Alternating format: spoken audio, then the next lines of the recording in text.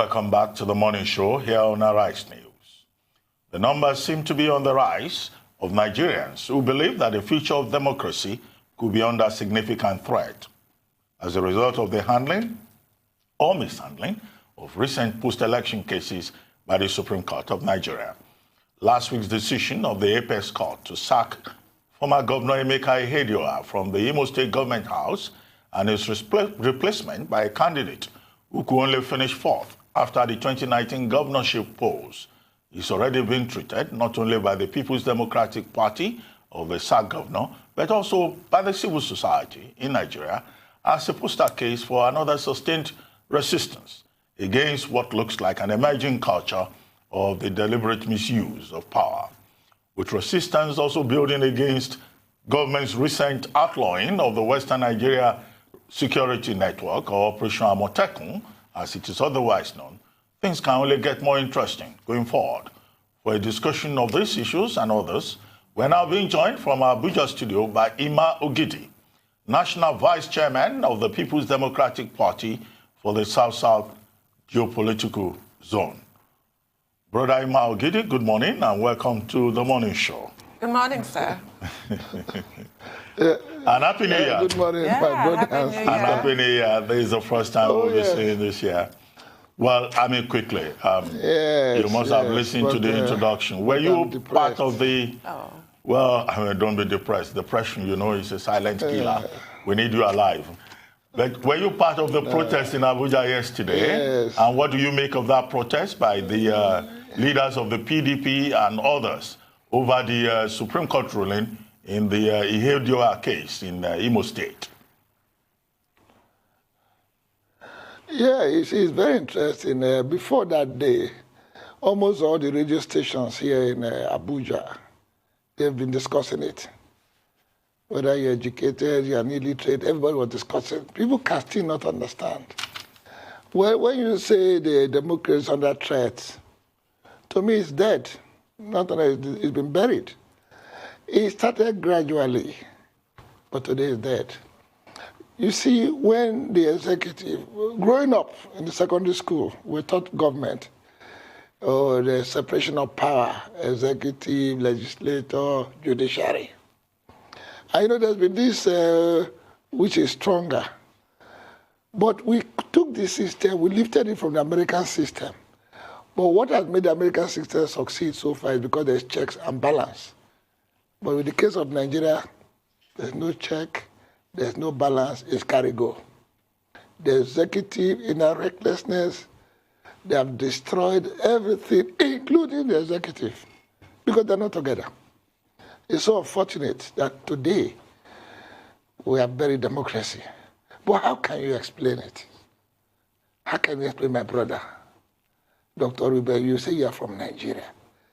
You keep telling us, Nigeria is my own, Nigeria is my own. It's true. We have no other country to go to. But can we really say we're in the same country? When they stormed the National Assembly the other time, men in hoods. Yes, it's true, they fired the then security man. But today, what about the judiciary? The one that actually represents the common man, all Nigerians, where we voted for them. The 360-something in the House of Reps, the one who is in the Senate, and where they themselves caved in and said, anything that comes from the executive, it will just go through. What? Just go through? You need to look at whether it reflects the aspiration of the people. Coming to this judgment, which is unfortunate. Never heard of it, but it's unfortunate. How can you do that? INEC said at the close of it, 800 and something have been closed for voting. They declared the result. Okay, you said there's a 300 and something unit pending somewhere. 388 polling units. Without INEC knowledge? How? Yeah, that's what 388 polling units. Sir? Without INEC. Sir, All right. the Yes, Supreme please. Court has I'm hearing you. The Supreme Court has upheld the elections of the governor of Sokoto, Aminu Tambuwal, and the governor of Bauchi, Bala Mohammed. These are two PDP governors. Has that lifted your mood in any way on a personal level? And generally, has that served to douse some of the tension that arose as a result of the Ihedioha judgment? Yes, they've done that. Yes, they did well. That is not what we're talking about now. We're talking about the democracy itself. Yes, as a party man, if I want to be selfish, I'm happy. But we're talking about the larger Nigeria. We have killed democracy. Because if you allow it to continue, then there'll be no Nigeria. That's what we're talking about. But, sir, the general perception... That's the good thing to do. So the perception after the Ihedioha judgment that really came as a bombshell was that the APC was trying to win an election through the Supreme Court that it lost at the ballots. But now that two elections have been upheld that went to PDP, doesn't that call into question that theory? No. We're not going to let it go. In fact, we lost presidency too. Same through the back door. We still believe that we won that presidential election. They use that court to rig us out of it. And the average Nigerian is not happy too, because that is still being called to question. In Abuja here, I hear them say it. They say, you see, this has confirmed that what they did at the presidential is that they stole the presidency from us. So I'm not happy. Well, Brother Ogidi. Because you see, if the institutions are working, yes. I was going to ask you, what's your assessment of the performance of the judiciary in managing the fallout of the 2019 general election? I ask you that question, and it's related to what Tundu asked you earlier. In the light of the fact that some people have the impression that the PDP leaders are bad losers. When a judgment goes the way of the PDP, you jubilate. You are very happy about it. If any ruling from the courts go against the PDP will cry foul and say, oh, it's President Buhari that is behind it, when it's not President Buhari sitting on the bench and giving the ruling. Do you think the PDP has been fair to the judiciary? Look, listen, you heard what I just said. Yes, they did what they did, but they did the correct thing. That does not mean to say that the one that is not correct, we shall allow it to go. That's not what we're saying. We are saying that do the correct thing. Even if it is against us, just do the correct thing. Doing the correct thing means ruling in favor of the PDP? Does doing the correct thing mean ruling in favor of the PDP all the time? No. Look, you see, no.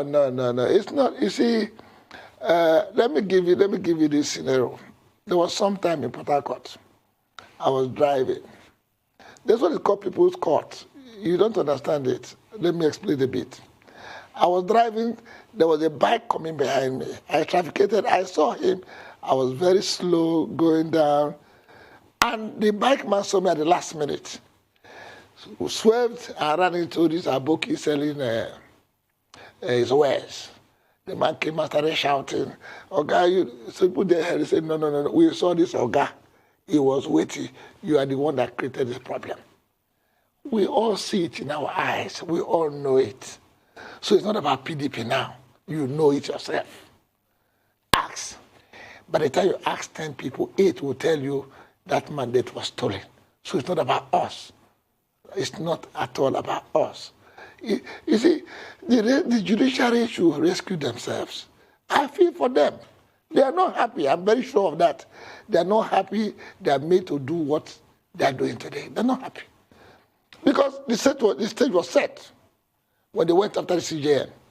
I told somebody, lawyer, I said, the big one is coming in front. When they went after Onoge, they knew that Onoge would not stand for that. So it took him out. Some lawyers that time were jubilated. Now they are all crying. A lawyer friend of mine who accused me that time that I was being partisan, that I was talking because Onoge was from the South. I said, no, Onoge represented an institution. The moment you take that head, there's going to be a problem. Today we are seeing it. So it was a well-orchestrated plan. Let's give them this. they will realize, let's take this. No, now, that's not what we talk about. This is democracy. Well, it's government of the people, for the people, by the people. Well, what the Onogan saga demonstrates is the importance of taking a position on a point of principle. It's got nothing to do with whether you're friends with or you particularly approve of the person in the spotlight at that time, because it could be anybody. Yes. And that attitude is being demonstrated with this PDP protest, because it's no longer an Imo issue, it's a national issue. So what are the plans going forward? PDP has embarked on this protest in Abuja. Protests were held in Ogun State, in other parts of the north, as well as Imo State, obviously. But APC has dismissed the protest as disgraceful, senseless. So what's next? Will the protest continue, and what is the ultimate aim that you're seeking to achieve? You see, we are going to continue. The APC, like I told you before, it's not a party. They're just disorganized. Their own was just to take power from PDP. What are we finding? What are we seeing today? You have gotten the power. Rule. They can't rule. Insecurity, economy going down. What are we talking about? If they're a serious party, they should have ignored what we are saying and do the correct thing. But each time you hear them, corruption is fighting back. Oh, you didn't know corruption fight back when you started fighting corruption. You said in your template, you had a template about good governance. Security was one of it. Well, Brother Ogidi, we need to take a short commercial break. When we return, the conversation will continue. We'll be right back. Don't go away. It's still the morning show here on Arise News.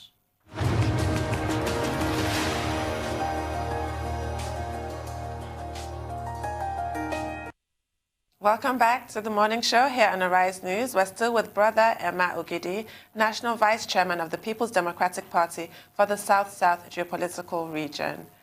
So before the break, you were telling us the plans of your party for continuing protests, or what is the next course of action, and what is your ultimate aim with the protests? Well, you see, like we said, we need to revive the democracy because it's dead. Although some people don't share that, my view, they say it's dying. It's dead and it's dying, so we need to revive it. We need to help the judiciary do the correct thing. Because since we have INEC, we have closed all the election, and the APC now wants to use the court to take over, we need to tell the court to do the correct thing. So we are mobilizing our members, not just our members, we are mobilizing Nigerians. But I can tell you this, we are surprised. Nigerians are really, actually Nigerians were waiting for leadership. And I thank God that the PDP have risen up to it. And they've joined us. Because everybody's feeling the injustice. What are we talking about? I know we initially, when you were trying to introduce, you talk about security. It's a very serious aspect of it. Are the judges secured? They're not. They are the head of the appeal court judge in Benin, that fine lady. Very intelligent lady. You can imagine the ordeal she went through in the hands of kidnappers. Every day you hear of it. But let me give you the bad news. All this one that we're talking about, that they had to kidnap an emir's or somebody who works in the emir's court in Katsina State, with the robbery, kidnapping, and so on of Kaduna State. And you think it will be okay for us? That is Mr. President's place, for God's sake. The other day we saw it in the news. The governor, Masari, holding meeting with bandits. And the bandits have broken the truce. They're on parole again. So what are we talking about? The other day, a member representing the place also accused custom that they've closed the border. Things are happening. In Borno State, you remember the governor some time ago saw the soldiers collecting. He was so annoyed. And then the army said, what the governor said can discourage people. For saying the truth can discourage people. It's painful because these governors spend security money. They buy vehicles for police, and we are not getting it. Let me commend the Southwest governors. They did bipartisan. Yeah, because they came up with, I don't know how you pronounce it, Amotoko, what do you call it? Amotekun. I hope they will allow it work. Amotekun, they say it's leopard. You know how leopard moves. I hope the people inside the vehicle move like leopard. I saw the video of it. The red painted halos cars and so on. I hope it's not going to be the normal one they do during politics. The police and army will do it during politics to show strength. We don't want that about it. They must perform. Well, look at you building any place you are today. Have estate gates and so on. Everybody secure himself. 2 days ago, 3 days ago, 2 days ago, I met a colleague, a friend of mine. Here in Abuja, they went to his house. He was sleeping with his wife before he knew they were at his door. Stole his things. What is going on? Well, Brother Ogidi. And you think investors don't hear it? They hear it. Yes. Brother Ogidi, well, conspiracy theories may be popular, but they may not necessarily reflect the truth. And then, of course, you yourself admitted that not many will agree with you that democracy in Nigeria is dead or that it is dying. Many will probably say democracy in Nigeria is fragile, you know, because if it were dead, you know, we'll have complete chaos.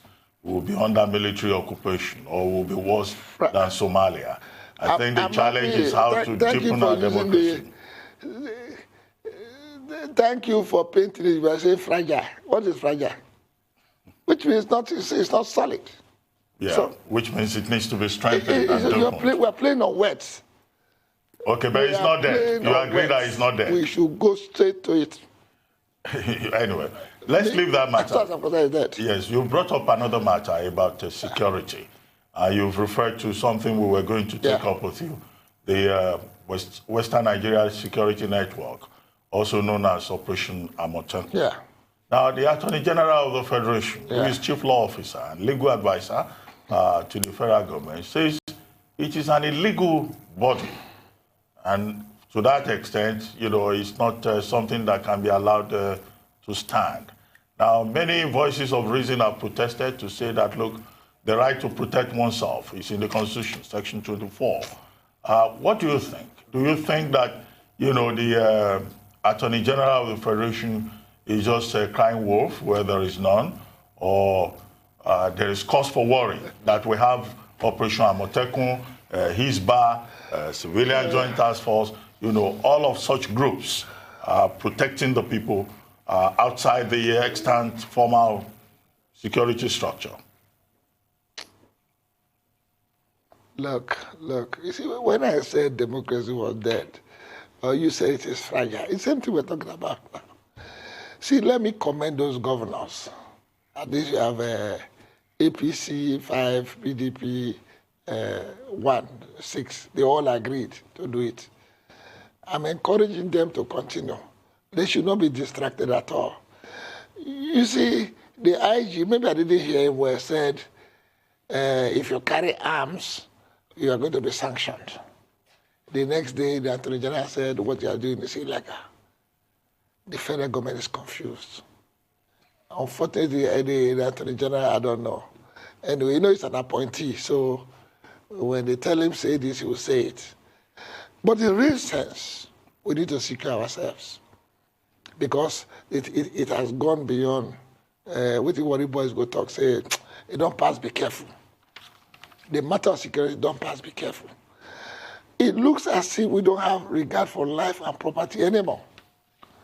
Every day, you said Happy New Year. We have just entered the New Year. Today is 22nd. Just look at what is happening. And let us also put it on record. When the South governors muted this thing, it was in the public space for a long time. It was there. Just when they saw the success of how something was going to be, they want to frustrate it. What is going on? Is it not before this time? In our various estates, haven't we been blocking streets with street gates and our beggars? What are we talking about? Indeed, sir. While wait. But the governor said, look, let's coordinate. While wait till after the launch to declare the initiative unlawful. When plans for this had been ongoing, there had been several meetings held. The timing is curious. It was in the space.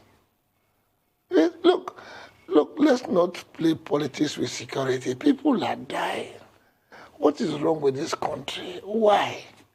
But I want to ask you something, sir. And I'm going to quote Yes, please. Dr. Abatsi here, I love a good opening sentence, and this is a doozy. Virtually everything in Nigeria, no matter how well-meaning, ends up getting ethnicized or politicized or regionalized. This is the fact of the matter. But in view of that fact, what do we do? How do we transcend this pettiness, really? Because it's so obvious that this initiative and similar initiatives are necessary. The only way we can do it is that we should not be distracted. I'm pleading with the governors of the North, Southwest not to be distracted. They should push it to a good conclusion. And all other zones should join them. And I believe after this program too, I will go back to my zone. I will try and encourage us to do it too. Because we need to. We need to defend ourselves. You see, look, the investors can't come. Let's face it. Why are we pretending? The president has gone to London. Which investor will come here? Come here? No, they won't come. But Brother Ogidi, if every region resorts to self-help, as it were, because you're saying you go back to your region and you will encourage... your village. Yeah, but what is the implication then for national unity? No, look, you see, look, what they are doing, look, we still have the Nigerian police. We still have the army. We are doing what we are doing to get this, because even these crimes are local, so to speak. So if an outsider is coming, we can apprehend the outsider. But let me tell you the problem. When you apprehend an outsider and you take the outsider to the police, if he belongs to that group that are special, the person will be released. What group is that, sir? What group are you describing as special? Oh, you don't know that. When Meitiala, they are boasting, say they are above the law. You mean you don't know? But let me also tell you something. Some of them are not happy. The other day in Delta, you know, when I was special advisor to the governor on peace building and rural development, we used to have meetings with this middle ethnic group. They even this Meitiala, they say Meitiala category. Anyway, Brother Ogidi, sorry to interrupt you. Brother Ogidi, sorry to interrupt you. We'll take another short commercial break. When we return, the conversation will continue. Stay tuned. We'll be right back.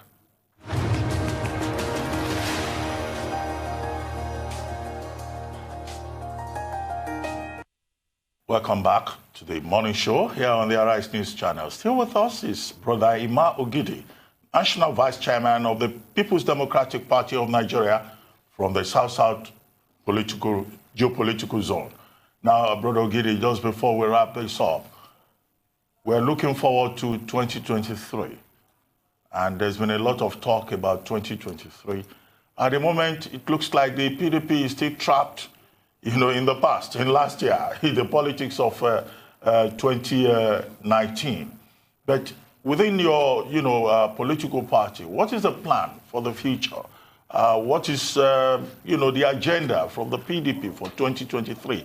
Because I guess the party must move forward. But I think the party is just, at one spot for now, condemning the APC and President Buhari. But many Nigerians would like to know, what's the next step politically for the PDP? Well, but we hope and pray that it'll be 2023. But what we are doing as a party in the next few weeks, we want to start our congresses because most of the our structures will expire by March, April. So in the next few weeks, we're going to conduct our congresses up to the zonal level, where we'll now have our new ESCO. And thereafter, we have also set up a committee to look at what really happened at those elections, and then strategize. But those are not for public consumption. But you can be sure that we are not sleeping. We are putting the house in order to ensure that if there's 2023, we're going to take it. If there's 2023, because the way everything is laid down today, we don't know whether there'll be a 2023. Because I hope I'm wrong. I pray I'm wrong. That it'll be 2023, because the way I can see the minefields being laid down, it's going to be serious. When I thank God that it appears that the hate speech bill, they have thrown it overboard, so that will allow some of us to talk. But if they bring out that, they will not be able to talk again. Well, we expect but I can see a minefield. Well, we expect to hear a lot more from you. What? Thank you very much, sir, for joining us this morning.